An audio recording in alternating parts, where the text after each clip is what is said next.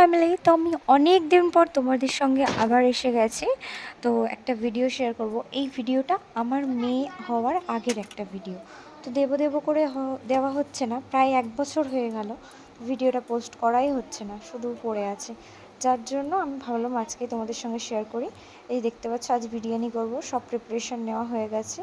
এবারে ভাতের জল আমি ফুটতে দিয়েছি, আর এর মধ্যে আমি কিছু গোটা গরম মশলা দিয়ে দিলাম, আর চালও ভিজিয়ে রেখেছিলাম, সেটাও একে একে দিয়ে দেবো।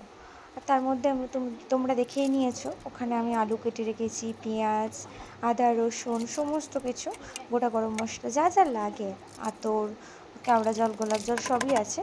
তো সব কিছু একেবারে দিয়ে দিলাম। এবার এর মধ্যে দিয়ে দেবো কিছুটা ঘি। অনেকে সাদা তেল ব্যবহার করে, আমি ঘি ব্যবহার করলাম, কারণ ঘিটার ফ্লেভারটা ভালো আসে, আর ওর সেন্টটাও খুব ভালো লাগে আমার, আমি খেতেও খুব পছন্দ করি। আর লাস্টে কয়েক ফোঁটা লেবুর রস দিয়ে দিলাম, তাতে নাকি ভাতটা আরও বেশি ঝরঝরে হয়, গায়ে গায়ে একদম লেগে থাকে না। তোমরাও ট্রাই করে দেখতে পারো। তারপরে দিয়ে দিলাম দুটো তেজপাতা। আর এদিকে আমি ততক্ষণে চিকেনটাকে ম্যারিনেট করব। ম্যারিনেট বেশি কিছু দিয়ে করব না আজকে শুধু হলুদ দিয়েছি আর নুন দিয়ে আর সামান্য লেবু দিয়ে আমি ম্যারিনেশনটা করব। তো করার কারণ একটাই, যেহেতু আমরা 3জন খাবো, আমি, মা আর বাপি, সেহেতু জিনিসটা অনেকটাই কম। মাংসের পরিমাণটা তোমরা দেখতেই পাচ্ছ, দুটো লেগ পিস আছে, বাকি কিছু কিছু ছোটো ছোটো পিস আছে, যার জন্য চালটাও অনেকটা অল্প। সেজন্য আগে আমি একটু ম্যারিনেট করে আর কষিয়ে নেবো, খানিকটা কষিয়ে নিলে কি হবে, অনেকটা সেদ্ধ হয়ে যাবে। যার জন্য আমি এটা করলাম। আর লাস্টে কিছুটা সর্ষের তেল দিয়ে দিলাম, দিয়ে কিছুক্ষণ ঢাকা দিয়ে রেখে দেবো, প্রায় আধ ঘন্টা মতো, যতক্ষণ না ভাতটা হয়। তো আমি সেটা চাপা দিয়ে রাখলাম। ভাতটা 80% কুক হলে আমি নামিয়ে নেব। ততক্ষণে আমি আলুগুলো একটু ফুটো ফুটো করে নিই, যার যার জন্য এর ভিতরে নুন হলুদ ভালোভাবে ঢুকবে, মশলাটাও ভালোভাবে যাবে, খেতেও ভালো লাগবে, নরমও তাও হয়ে যাবে।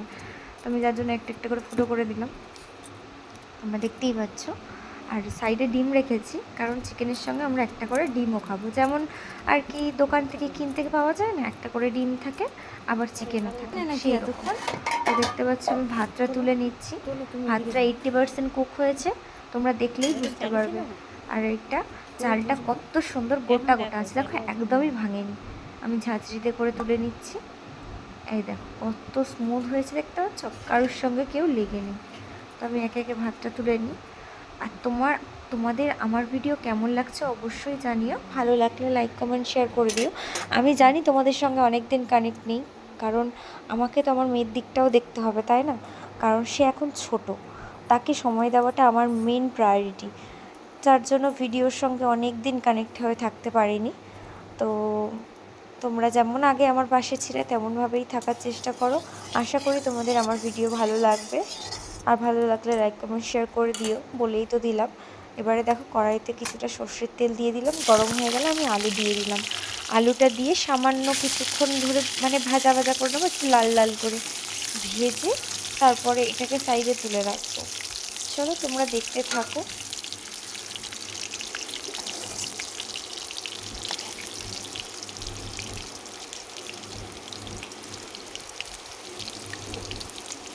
আলুটা ভাজতে গিয়ে হঠাৎ মনে পড়লো, ও মা, আমি তো এতে নুন হলুদই দিইনি, সামান্য নুন হলুদও দিয়ে দিলাম। তো দেখো বেশ লাল লাল ভাজা হয়ে গেছে, তুলে নিলাম। এর মধ্যে কিছু গোটা গরম মশলা, আর কড়াটা অতিরিক্ত গরম হয়ে যাওয়ায় তেজপাতাগুলো দেখো সঙ্গে সঙ্গেই পুড়ে গেল। তো কিছু করার নেই, কড়া গরম হয়ে গেছে, তার মধ্যে আমি খানিকটা চিনি ফেলে দিলাম তেলের মধ্যে। শুনেছি তেলের মধ্যে চিনি দিলে তরকারির রঙটা ভালো আসে। তো আমি তারপরে একে একে সমস্ত মশলা দিয়ে দিচ্ছি, রসুন বাটা, আদা বাটা, যেহেতু কড়াটা তেতে গিয়েছে, না হলে আমি আস্তে আস্তে করে একে একে আগে আদা বাটা, রসুন বাটা এইভাবেই দিতাম। কড়াতে তেতে গিয়েছে, যার জন্য আমি একসঙ্গে সব দিয়ে দিলাম। তারপরে আমি দিয়ে দেবো এখানে পেঁয়াজ কুচি। দেখো পেঁয়াজগুলো বেরেস্তার মতো করে রেখেছি।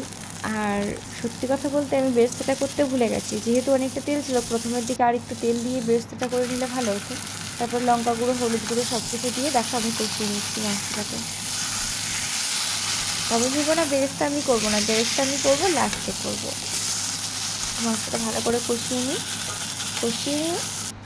এই যে এবারে বিরিয়ানি মশলা সামান্য দেবো, কারণ আমি ভাপানোর সময় যখন আমি স্টিম করব তখন দেবো বেশিটা, এখন সামান্য দিয়ে দেবো। দিয়ে কষিয়ে নিয়ে জল ঢেলে দেবো। দেখো ডিমটা সিদ্ধ করতে আমি ভুলে গিয়েছিলাম, যার জন্য ওখানেই করে দিয়েছি, ছাড়িয়ে রেখে দিয়েছি ডিম। মা ওই যে ছাড়িয়ে দিচ্ছে, তারপরে বেরেস্তাটা করে নিলাম।